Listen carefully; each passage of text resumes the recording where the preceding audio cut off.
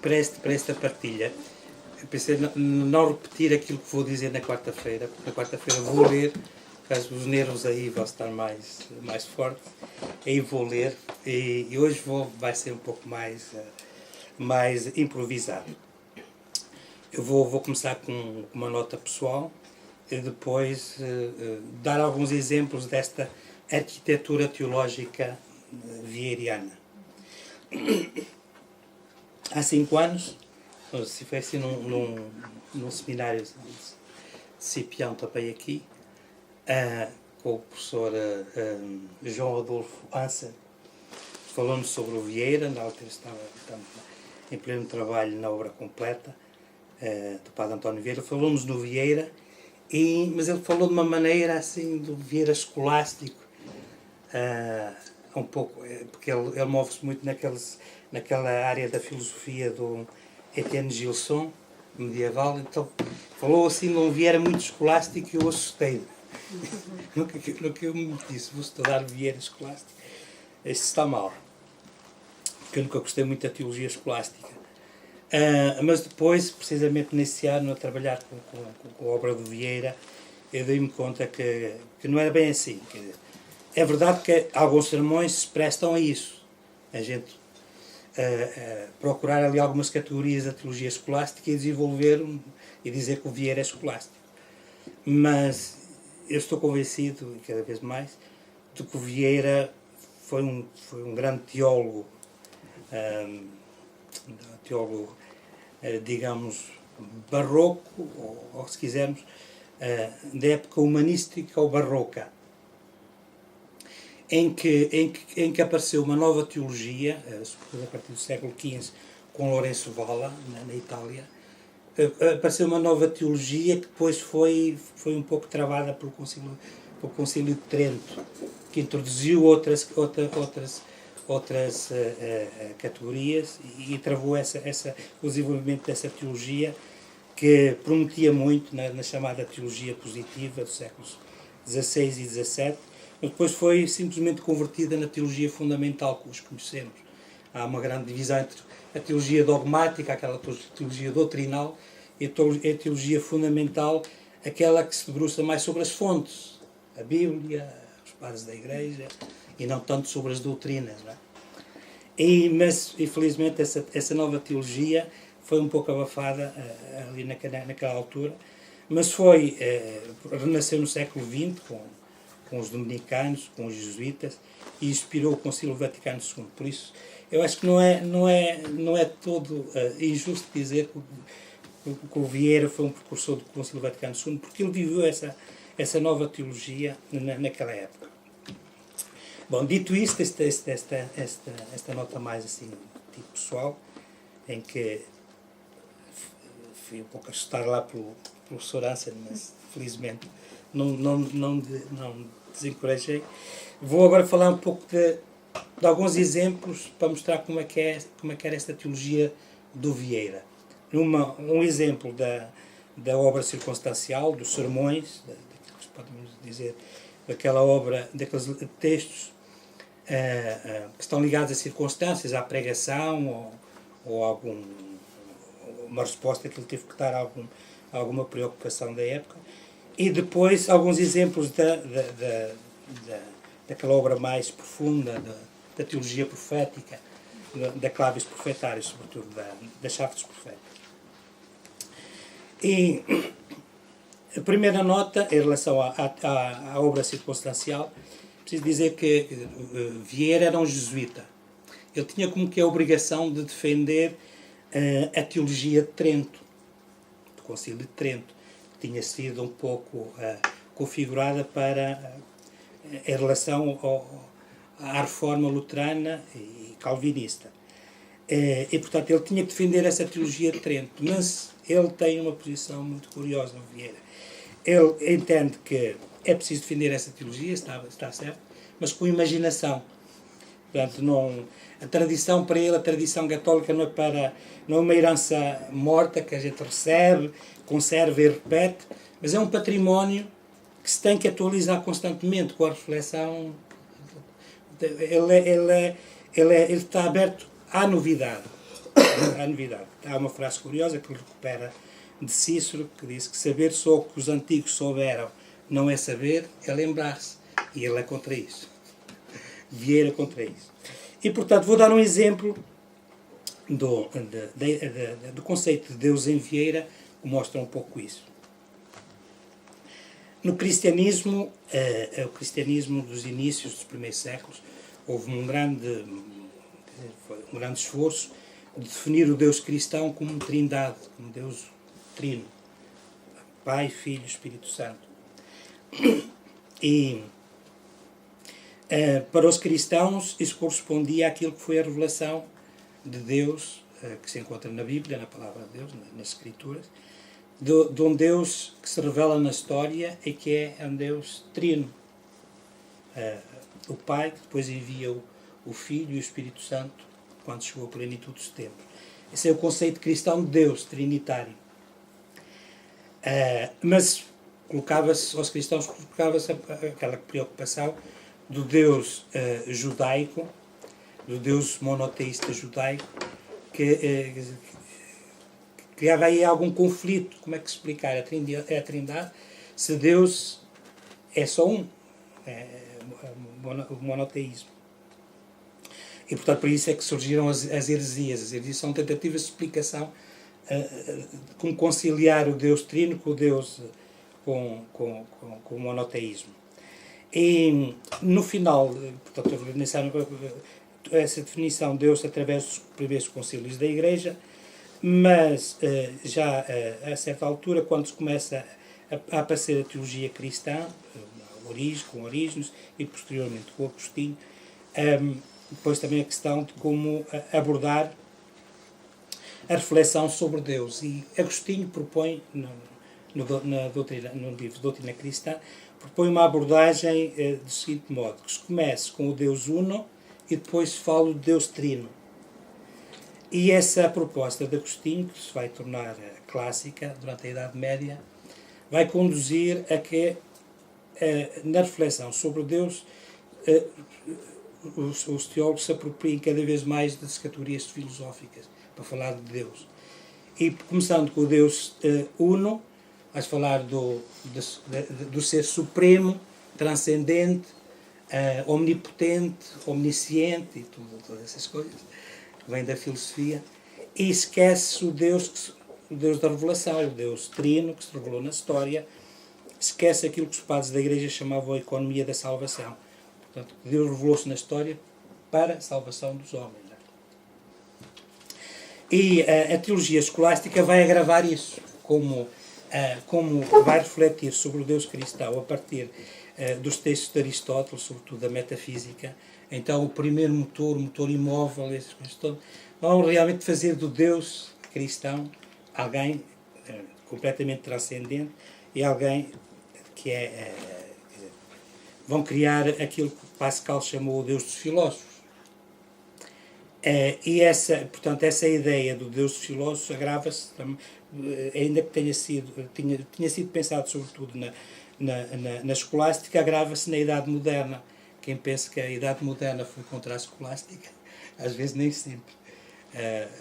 Às vezes agravou aquelas reflexões da escolástica. Porque o Deus da Idade Moderna é precisamente esse arquiteto que criou o mundo e se mantém distante desse mesmo mundo, sem intervir nele, e depois, portanto, acaba-se por contestar a questão dos milagres e da ação de Deus na história. Esse Deus motor imóvel, aristotélico, que é refletido. E, na altura, nessa modernidade, aparece uma heresia que se chama os socianos, simplesmente dizem que Deus é só um, o que seria o Deus do Antigo Testamento e o Pai de Jesus Cristo, e Jesus, contestam a divindade de Jesus Cristo e deixam de falar do Espírito. Mas há um teólogo do século XX, Karl Rahner, que disse que isso não aconteceu só com os socianos, também com os católicos. Na prática, os católicos eram todos monoteístas puros e duros. Esqueceram-se do Filho e do Espírito Santo, nunca mais falou deles. falava-se de Deus. Portanto, Karl Rahner disse que perdeu-se essa concepção trinitária de Deus. E onde é que eu gosto de chegar com isso? Quando nós lemos a obra, os sermões do Padre António Vieira e o António José Saraiva chamou a atenção para isso, o Deus que encontramos em Vieira não é este Deus da modernidade, nem sequer o Deus medieval lá da escolástica. Ele regressou ao Deus bíblico, ao Deus da revelação bíblica, ao Deus Trindade, que se revela na história, e aqui, toda aquela existência dele na providência divina tem a ver com esta concepção de Deus. Portanto, é um Deus que age na história, que é próximo do homem e, sobretudo, que não é um motor imóvel, que é alguém que se comove, é um Deus que tem entranhas, que se comove. Então, aquele sermão pelo bom sucesso das armas de Portugal contra as da Holanda é estupendo, porque Vieira esquece do auditório e começa a falar diretamente com Deus portanto, lembrou disso, que ele escolheu um povo, Portugal, e que agora está a ser ameaçado pelos hereges holandeses, e Deus tem que ter em conta isso e tem que salvar o Portugal. Não há outra possibilidade, porque Deus tem entranhas, é capaz de se arrepender, é capaz de... E, portanto, aí está toda aquela teologia que ele defende, que ele vai defender em muitos sermões e depois na obra profética, de que Deus elegeu Portugal, tem uma missão especial para Portugal, porque é um Deus que age na história, esse Deus bíblico que age na história.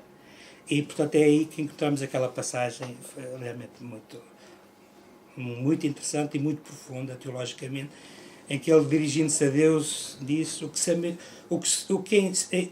em que se manifesta a majestade, a grandeza e a glória da vossa infinita omnipotência, o Deus escolástico, é em perdoar e usar de misericórdia.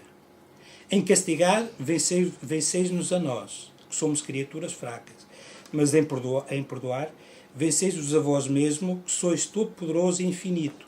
Só essa vitória é digna de vós, porque só a vossa justiça pode pelejar com armas iguais contra a vossa misericórdia.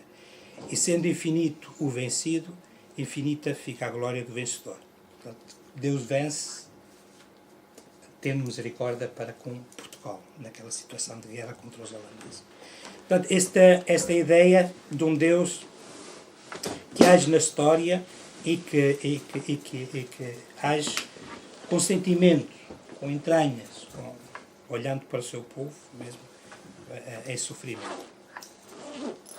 Isto para exemplificar um pouco a ideia de Deus, o que é o conceito de Deus, o que é a teologia de Vieira nestes sermões. E a gente podia dar outros exemplos com o conceito da graça também. Inicialmente havia pensado isso, mas eu acho que o tempo é curto, não dá para muita coisa dessas. Portanto, também seria muito interessante com o conceito de graça, que é muito debatido no início da modernidade, e como Vieira é inovador nesse aspecto.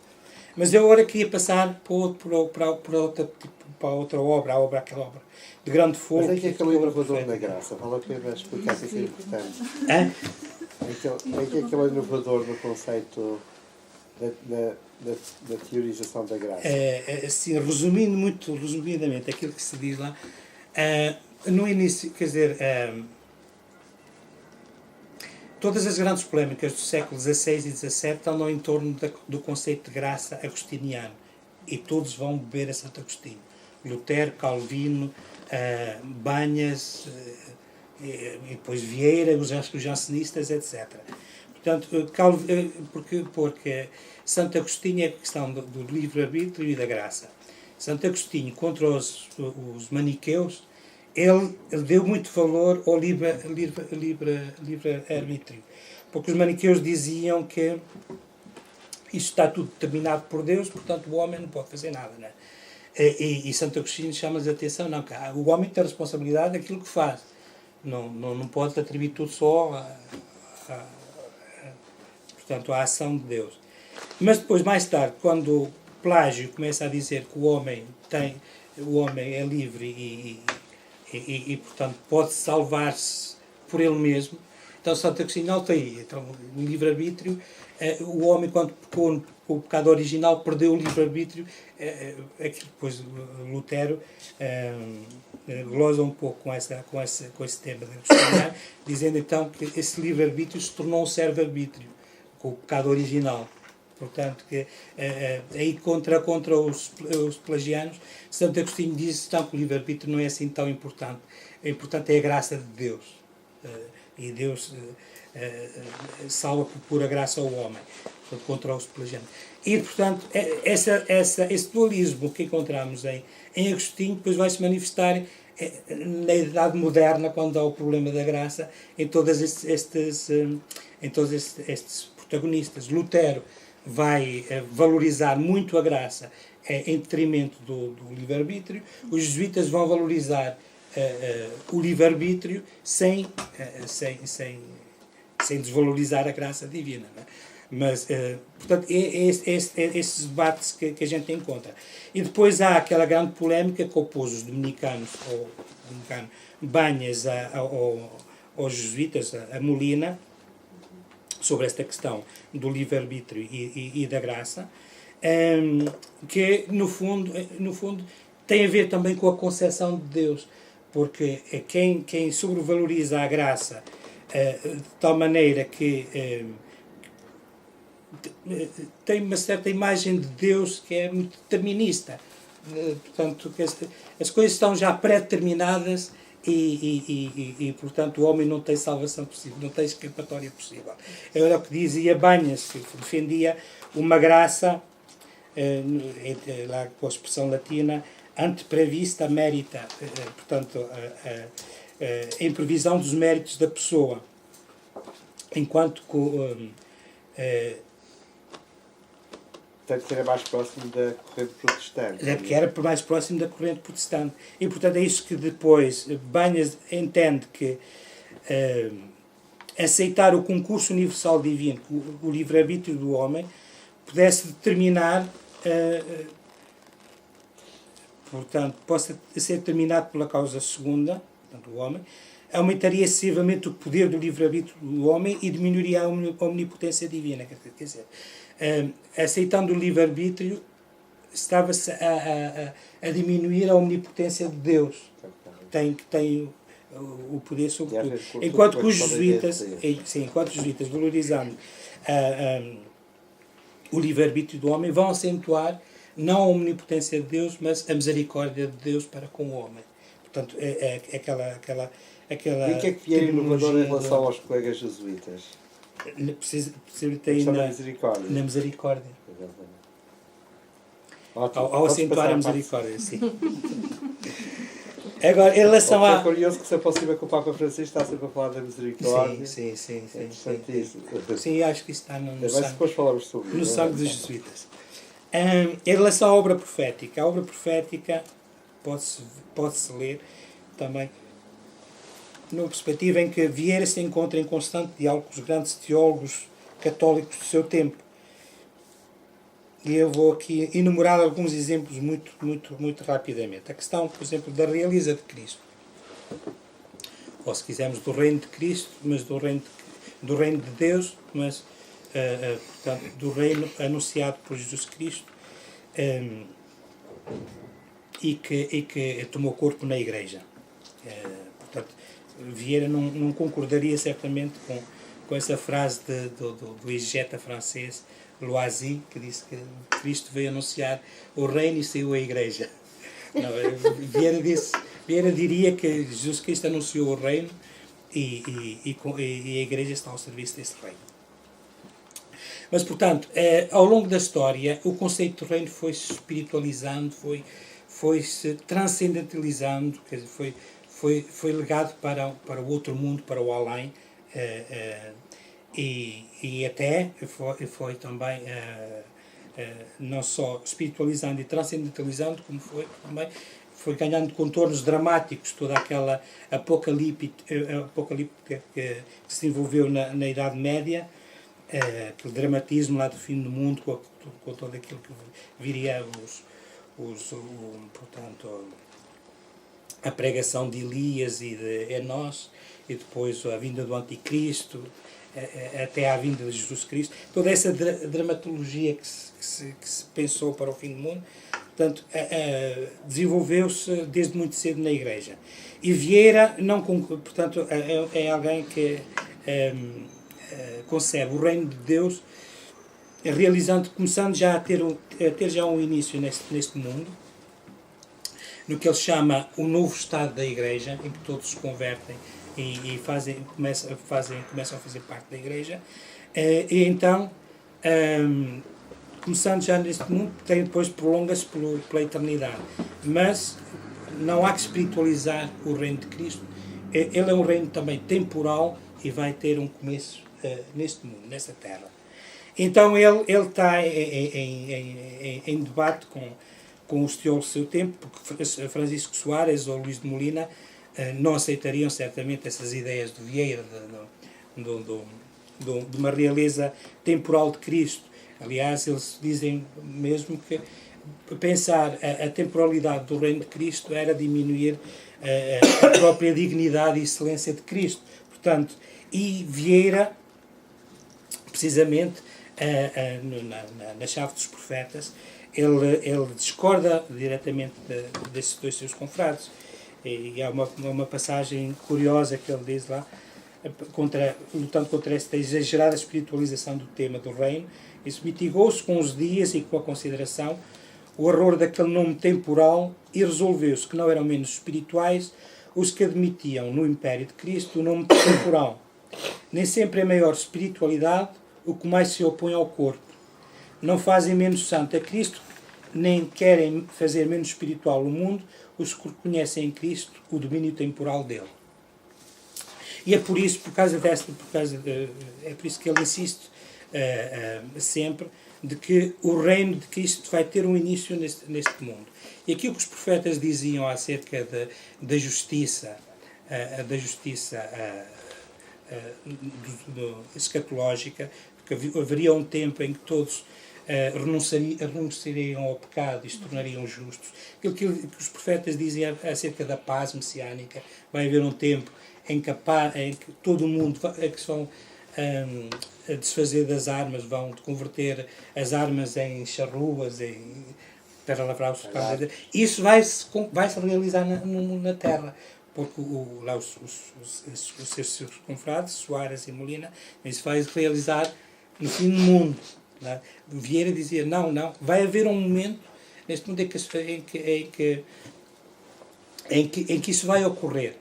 E ele estava convencido que se o Evangelho fosse pregado a todos os homens, se todos os homens ouvissem falar do Evangelho, isso aconteceria. Mas ouvir falar em profundidade, não era por rumor, como ele diz lá na Chave dos Profetas, ouvir falar de ouvido, não.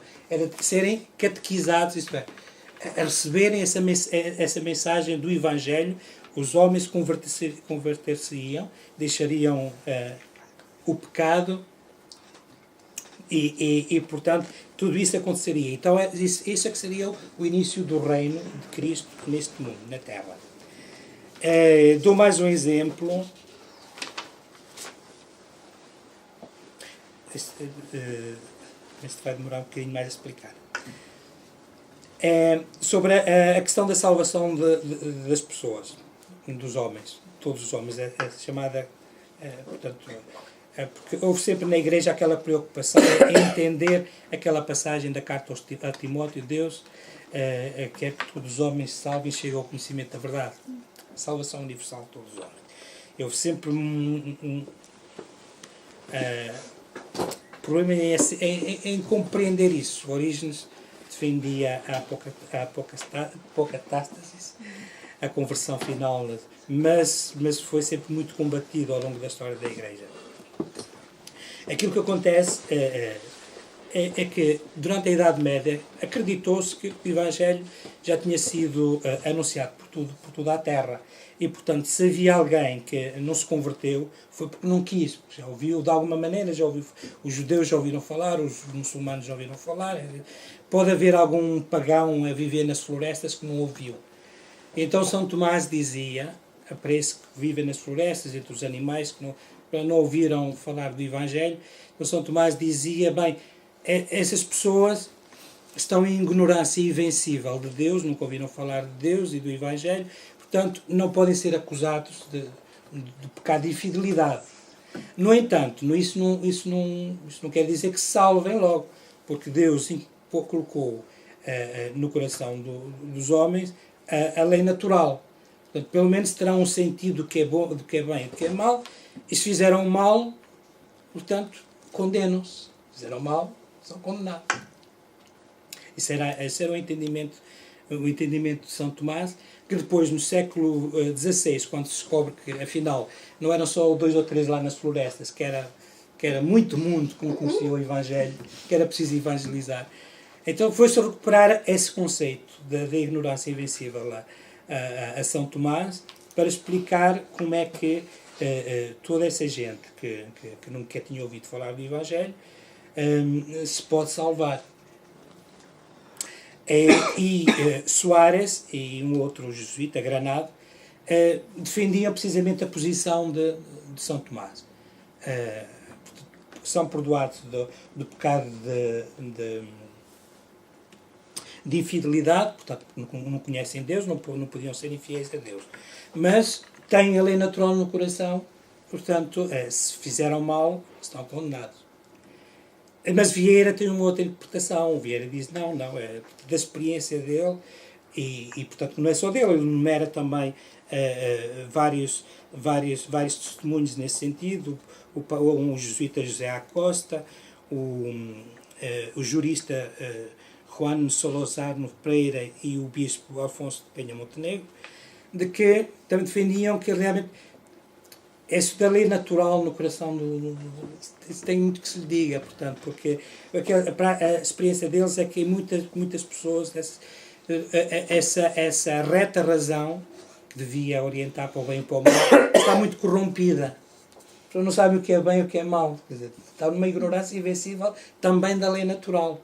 Essa reta razão está corrompida. Portanto,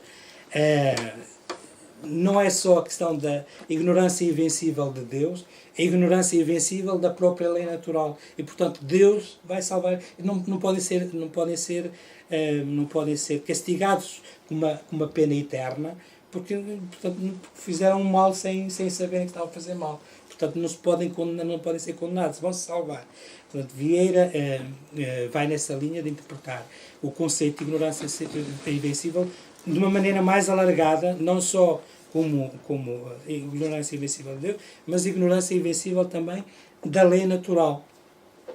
E, portanto, ele defende que toda essa multidão de pagãos se salva.